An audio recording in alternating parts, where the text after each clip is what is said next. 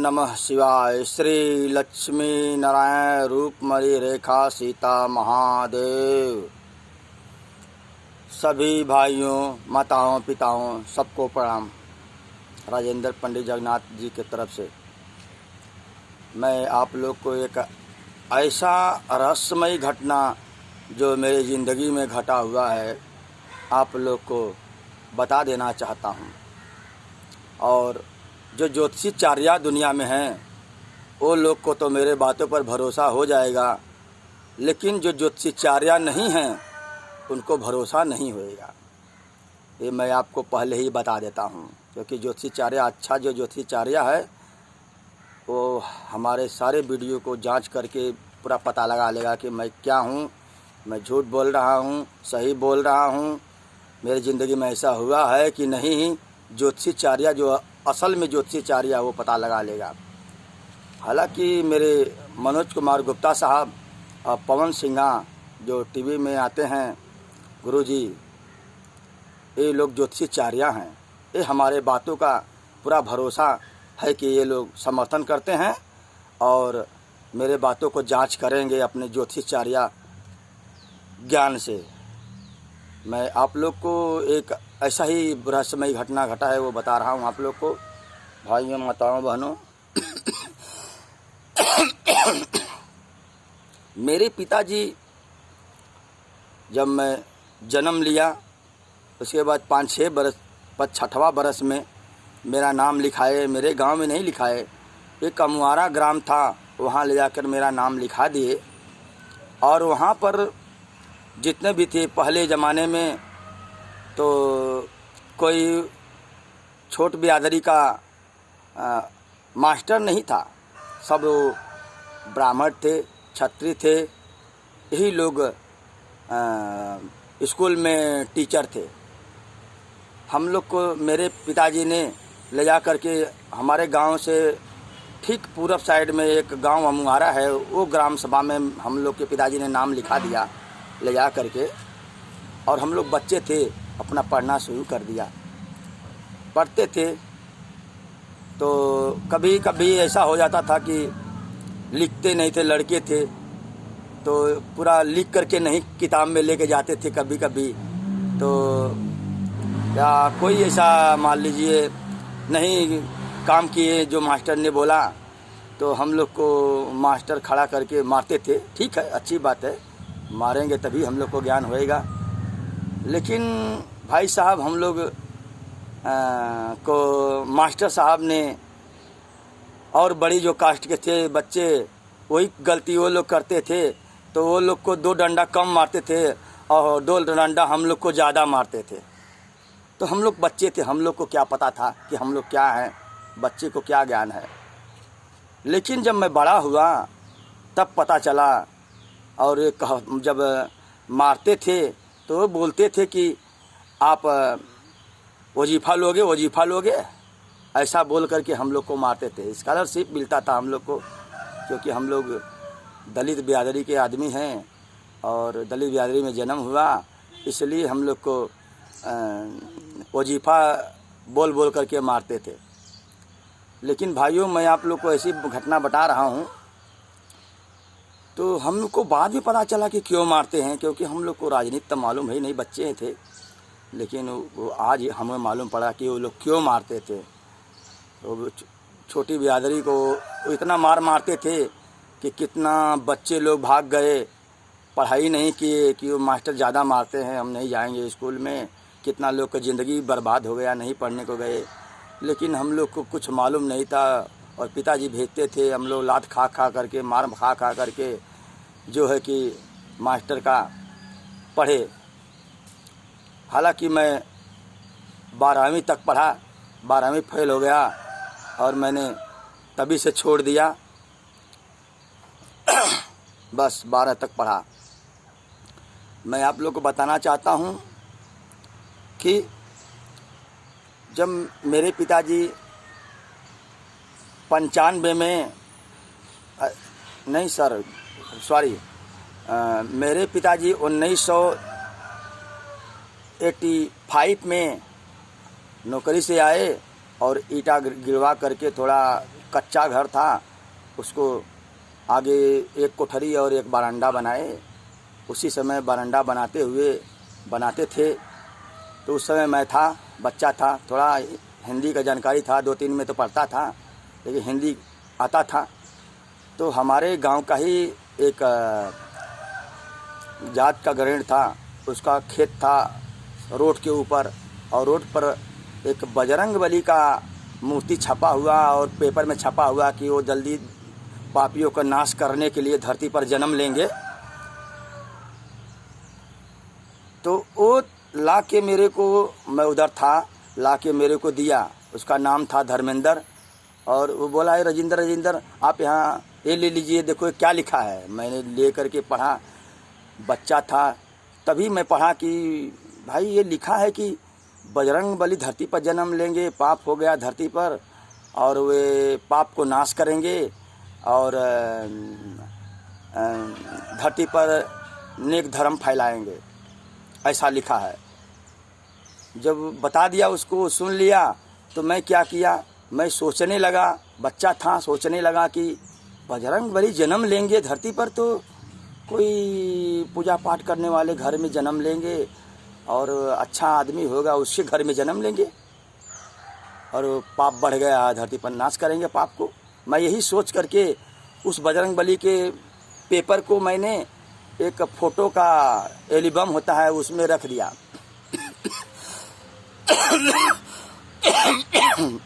उसमें रख दिया और वो रखा रह गया।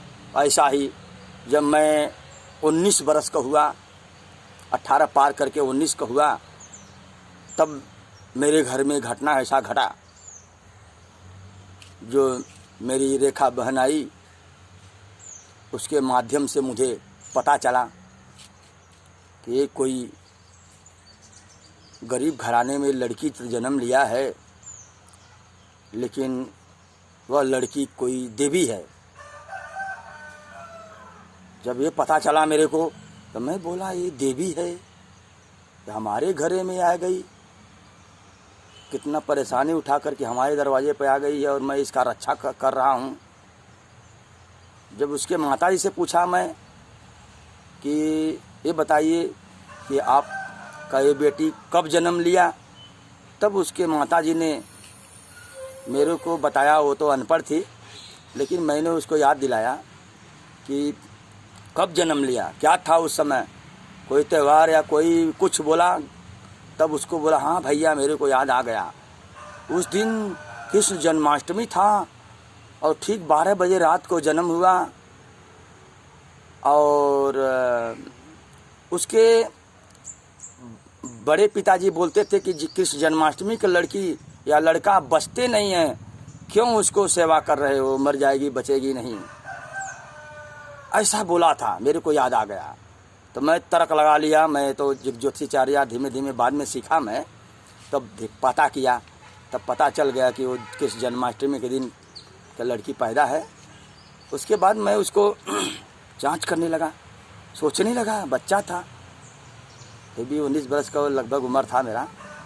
मैं सोच में पड़ गया कि लड़की इतना भाग्यशाली लड़की है और इसने जन्म लेके दुख शरीर में होकर के मेरे दरवाजे पे आ गई। और उसके माध्यम से मेरे को सैयद बाबा और महादेव जी का आगमन हुआ। तब मैं बोला अरे मेरे घर में एक लड़की आई और उसके माध्यम से सैयद बाबा महादेव जी आ गए। मैं बड़ा सोच में पड़ गया कि ऐसा कैसे हो सकता है, बड़े बड़े लोग तपस्या करते हैं, उनको मिलते नहीं हैं, आते नहीं हैं, बात नहीं करते हैं, मैं क्या हूँ कि वो लोग उसके शरीर पर आकर के मेरे से बात कर रहे हैं। मैं सोचने लगा, ये लगता है कोई पिछले जन्म का हमारा नाता है, इसलिए ऐसा हो रहा है। तो मालूम पड़ा मेरे को, जब तब जा कर के मैंने पूछ दिया, क्योंकि हमारे रेखा बहन के ऊपर स्वयं भगवान महादेव जी का सवारी होता था और स्वयं सैयद बाबा का सवारी होता था। तो मैं जब सैयद बाबा सवारी लिए तो मैं उनसे पूछा कि आप बताइए कि मेरा इस बहन से क्या नाता था। तो बोले कि आप भाई बहन हैं सैयद बाबा। मैं बोला भाई बहन हूँ। तो मैं सोचने पड़ गया कि भाई मैं भाई बहन हूँ, मैं तो बहन ही मानता हूँ। ठीक है, बहुत अच्छी बात है, मिल गई, अच्छी बात है। लेकिन मैंने उसका जब जान गया तब बहुत रक्षा करना शुरू कर दिया, अपने बहन से भी ज़्यादा मानना शुरू किया। और मुझे को धीमे धीमे पता चलता गया, मैंने पूछता गया वो लोग से, तब मालूम पड़ गया मेरे को कि अरे ये कोई देवी है, एक गरीब घराने जन्म लेकर के यहाँ आई है।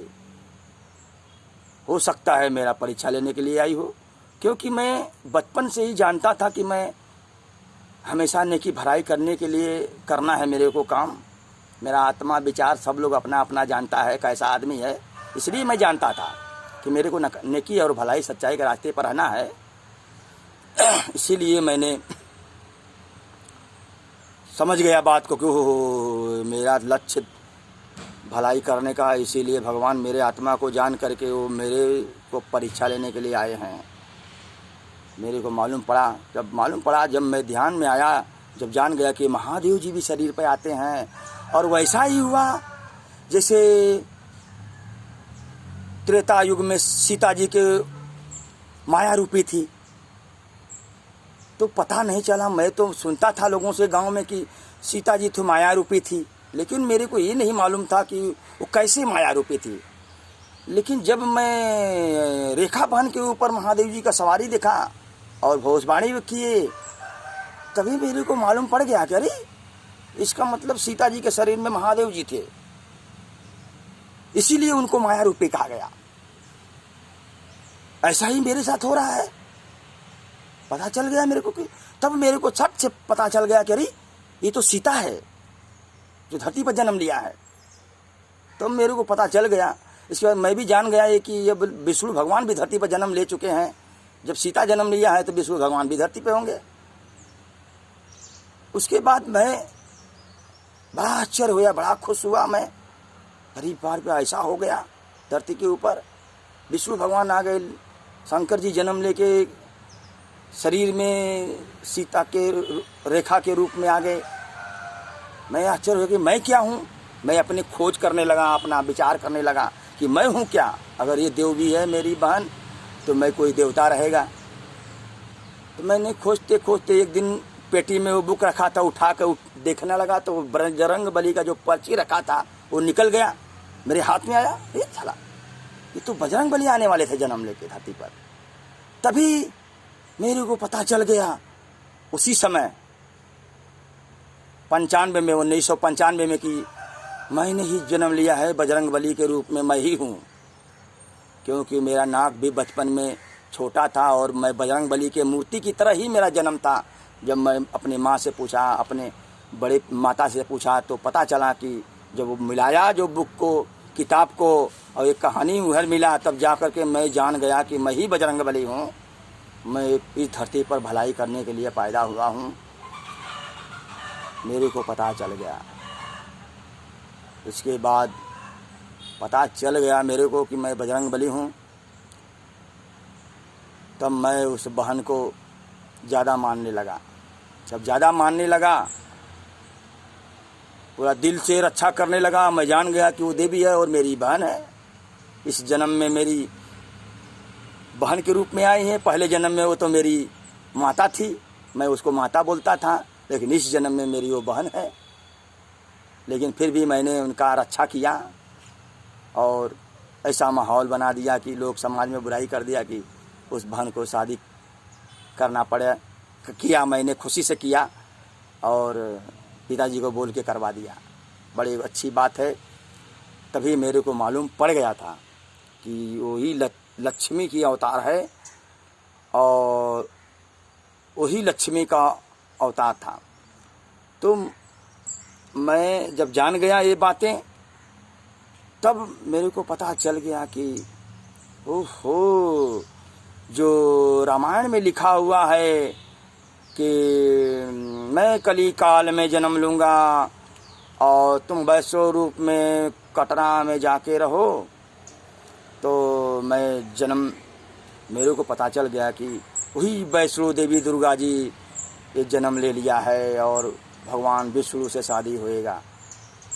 अब मैं जान गया कि अब इसका जब शादी करूँगा तो विष्णु भगवान मिल जाएंगे, उसी से होगा शादी मेरी बहन का जो विष्णु भगवान हैं। भाई साहब, मैं ये बात जान करके आश्चर्य हो गया। मेरे को भी पता नहीं था कि मैं कौन हूँ। तो खेल था, बहुत युगों से लिखा हुआ था, वो भविष्यवाणी पूरा हुआ। आज जाकर के कलयुग के अंदर मैं बड़ा खुश हुआ। भाइयों, मैं आप लोग को और एक बात बताना चाहता हूँ कि भगवान श्री रामचंद्र जी ने बोले थे, जब वनवास हुआ था तब वे सब लोग पहुँचाने के गए थे, तो उसमें हिजड़ा थे, हिजड़िन थे, वो लोग भी पहुँचाने गए, मनुष्य भी गए। तो वो भगवान श्री रामचंद्र जी ने बोले थे कि आप नर नारी वापस लौट जाओ। तो नर नारी वापस लौट गए और राम वनवास को चले गए।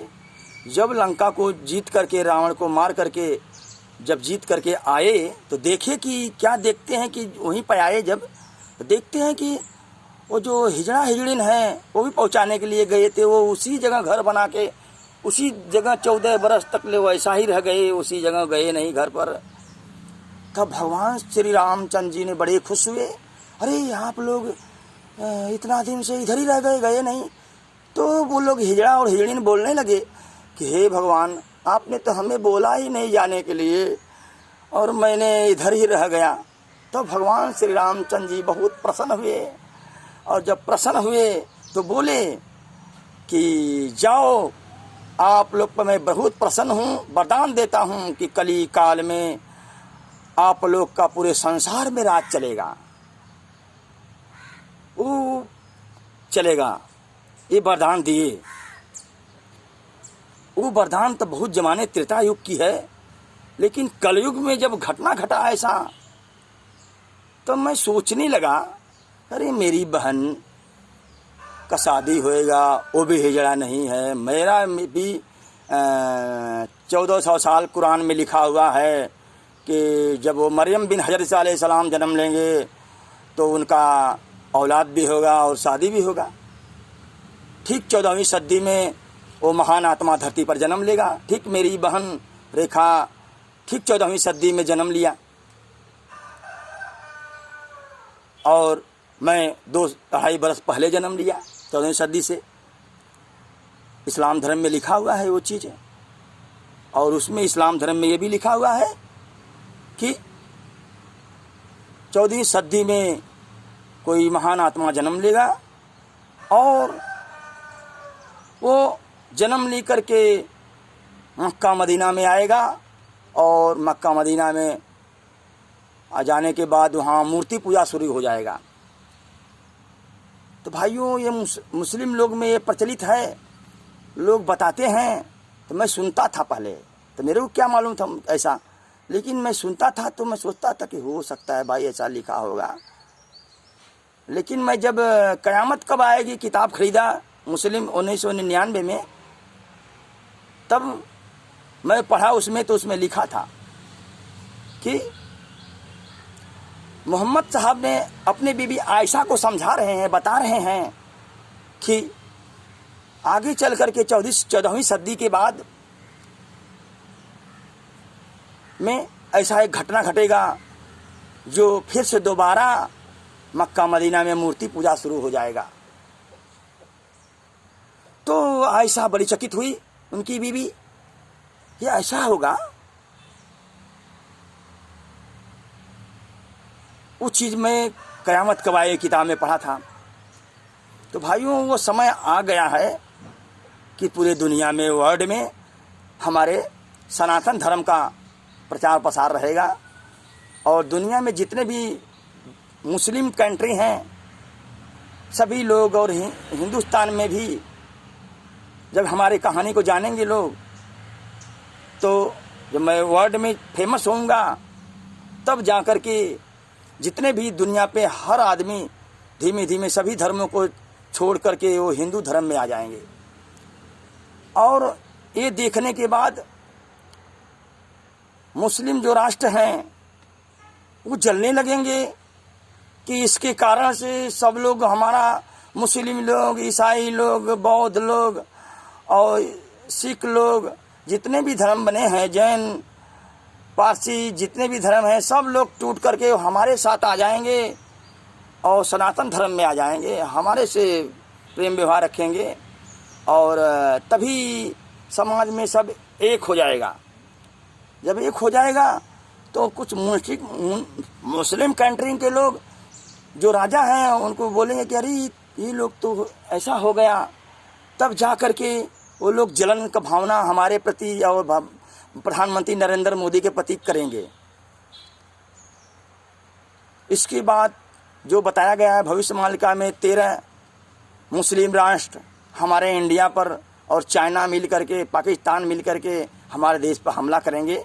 तो ही बताया गया है कि उसी समय बजरंगबली लड़ाई लेंगे पूरे वर्ल्ड से, और अकेला ही लड़ाई लेंगे, पूरे वर्ल्ड से अकेला लड़ाई लेंगे बजरंगबली।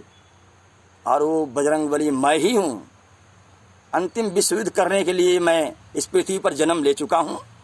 समय आने पर, समय का इंतज़ार है, समय आने पर वो भविष्यवाणी पूरा हो जाएगा।